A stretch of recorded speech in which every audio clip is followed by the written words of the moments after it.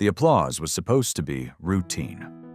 Comedian Jake Patterson had just finished his set about everyday life mishaps when Ellen brought over someone from the audience for a quick hello, Robert Sullivan, a 65-year-old retired firefighter whose granddaughter had surprised him with tickets. But when Robert approached the stage, Ellen immediately sensed something profound in his demeanor. He wasn't walking like a typical excited fan.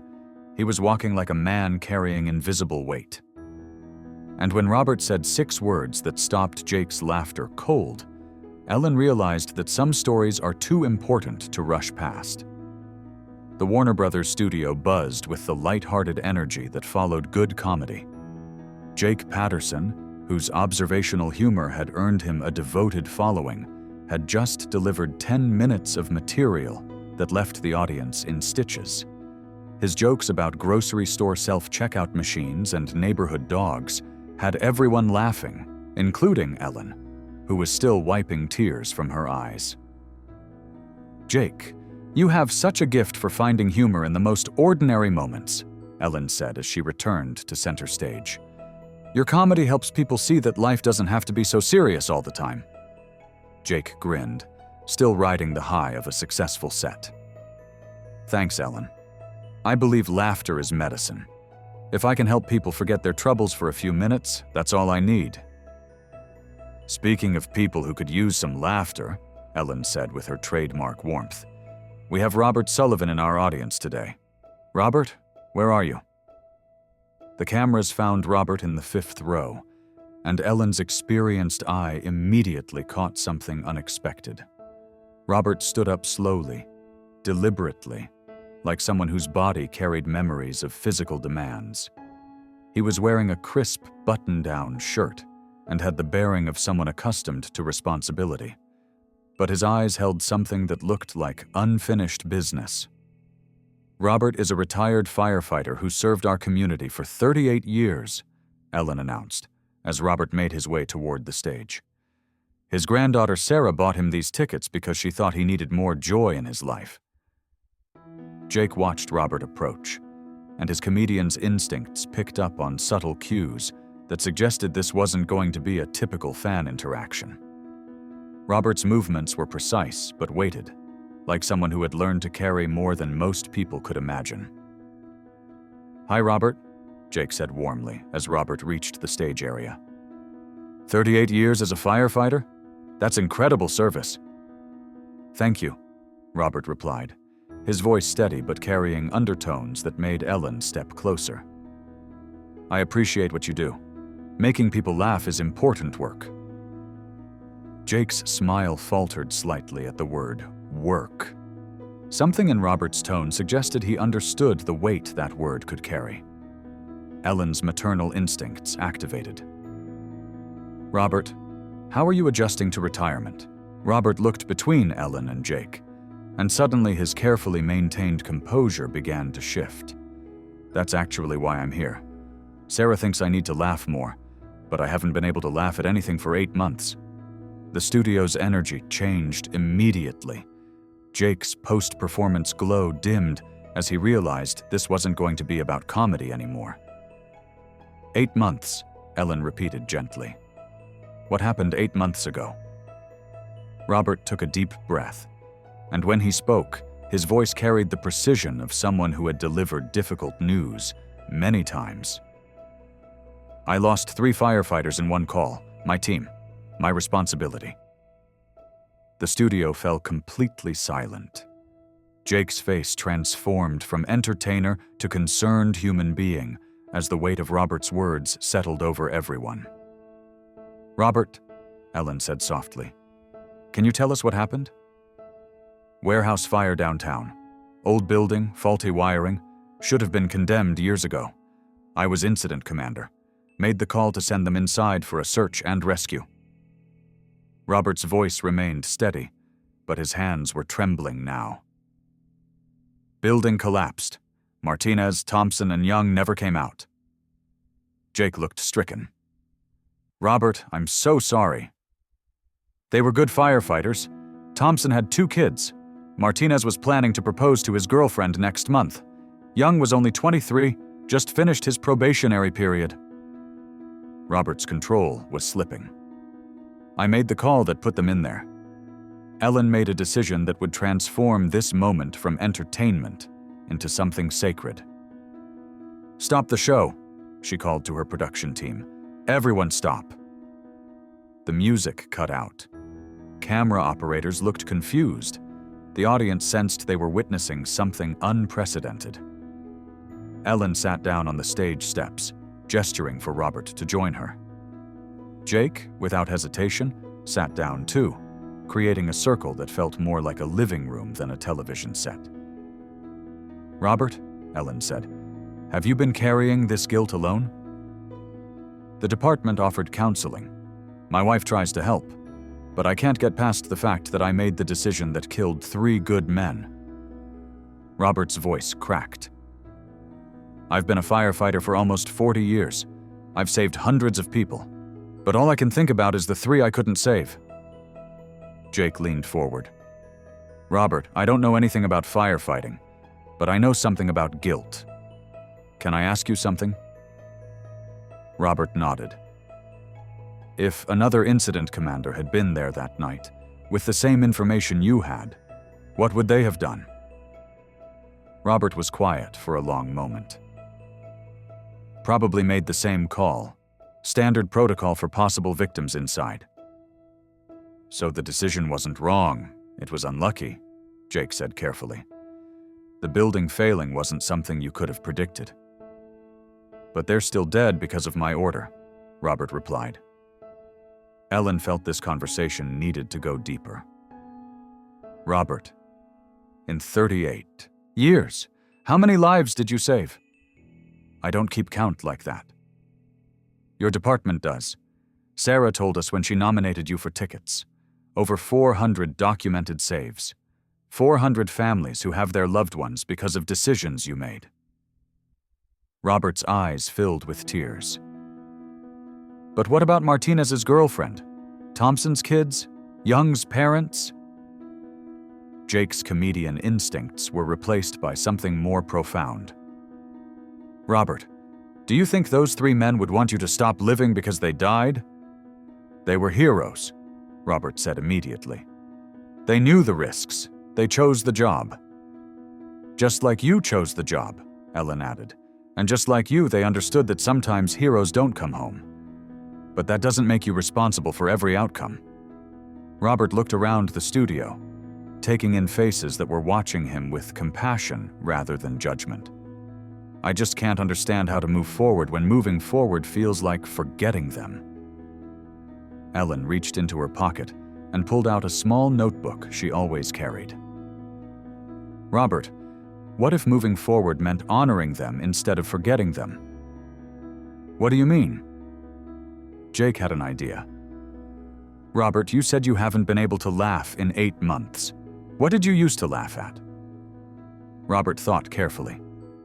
Stories the guys would tell back at the station. Martinez could imitate anyone. Thompson had this running joke about his cooking disasters. Young was always trying new things and failing spectacularly.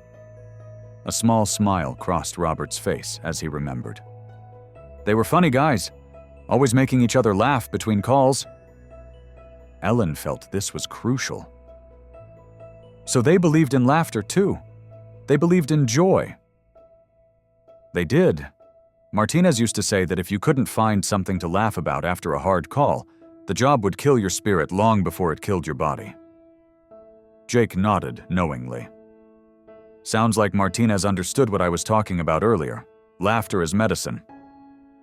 "Robert," Ellen said, "I want to ask you something difficult. Do you think Martinez, Thompson, and Young would want their deaths to kill your spirit?" Robert was quiet for a long time. When he finally spoke, his voice was stronger. "No. They'd probably tell me to stop being so dramatic and find something to laugh about." Jake smiled gently. "Then maybe the best way to honor them is to remember that they valued joy, even in dangerous work." Ellen stood up and addressed her audience. "Ladies and gentlemen, today we've learned something important. Survivor's guilt is real and it's heavy. But sometimes the most courageous thing we can do is choose to keep living fully, not because we've forgotten those we've lost, but because we remember what they valued. She turned back to Robert. The Ellen Show wants to establish the Martinez, Thompson, and Young Memorial Fund for firefighter families, because heroes shouldn't be forgotten, and their families shouldn't face hardship alone. Robert broke down completely then, but they weren't tears of despair anymore. They were tears of relief, of recognition, of a burden beginning to shift from guilt toward purpose. Jake put his arm around Robert's shoulders. You know what, Robert? I'd like to dedicate tonight's show to those 3 guys, and I want you to be my guest. Not because you need to laugh, but because they would have wanted you to. The conversation continued as Ellen created space for Robert to share more about his team. Robert, tell us about Martinez, Thompson, and Young as people, not just as the firefighters who died. Robert's expression softened as memory replaced guilt. Martinez had this laugh that could fill the entire firehouse. He collected vintage baseball cards and knew every statistic since 1950. He'd been with us for 12 years, always the first one to volunteer for overtime when someone needed extra money for their family. Jake listened intently. He sounds like someone who really cared about his colleagues. He did. And Thompson, he was our practical joker. Once he convinced the whole crew that the chief was planning surprise physical fitness tests, had everyone doing extra push-ups for 2 weeks before admitting it was a prank. Robert smiled, despite his tears. His kids loved coming to the station. He'd let them sit in the trucks and honk the horn. Ellen felt this storytelling was healing. And Young? Young was eager, maybe too eager sometimes, always asking questions, wanting to learn everything. He carried a notebook and wrote down every piece of advice anyone gave him.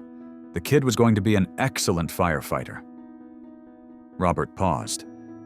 He reminded me of myself when I started 40 years ago. Jake leaned forward. Robert, when you talk about them like that, as full people with families and dreams and personalities, how does it feel? Like they matter for more than just how they died, Robert admitted. Like their lives were bigger than that one night. Ellen nodded approvingly. That's exactly right. Their legacy isn't defined by the warehouse fire. It's defined by 12 years of Martinez helping families, by Thompson's kids who knew their dad was a hero, by Young's eagerness to serve others. I never thought about it that way, Robert said quietly. I've been so focused on my decision that night that I forgot about all the decisions they made every day to help people. Jake had another insight. Robert, in comedy, we have this thing where if a joke doesn't work, you don't stop telling jokes. You learn from it and keep trying to make people laugh. Maybe firefighting is similar? You mean the job continues even after tragedy? I mean the mission continues. The commitment to saving lives continues. And maybe the best way to honor Martinez, Thompson, and Young is to make sure other firefighters learn from what happened so they can save more people. Ellen felt this was a crucial point. Robert, have you considered sharing your experience with other incident commanders? Not as confession, but as education. I've been invited to speak at training conferences, but I've turned them down. I thought I had nothing valuable to offer. You have everything to offer, Jake said emphatically. You have 38 years of experience making life and death decisions, including one that didn't go as planned. That's not failure, that's comprehensive expertise. Ellen stood up and paced slightly. Robert, what if your grief could become a gift to other firefighters? What if sharing your story could help future incident commanders make better decisions under pressure? You really think my experience could help others? I think Martinez, Thompson, and Young would want their deaths to mean something, Ellen replied. I think they'd want other firefighters to benefit from what you learned that night. Robert was quiet for a long moment, processing this reframing of his trauma. I never considered that talking about the worst night of my career could actually help other people. Jake nodded. Sometimes our darkest moments become our most valuable lessons to share.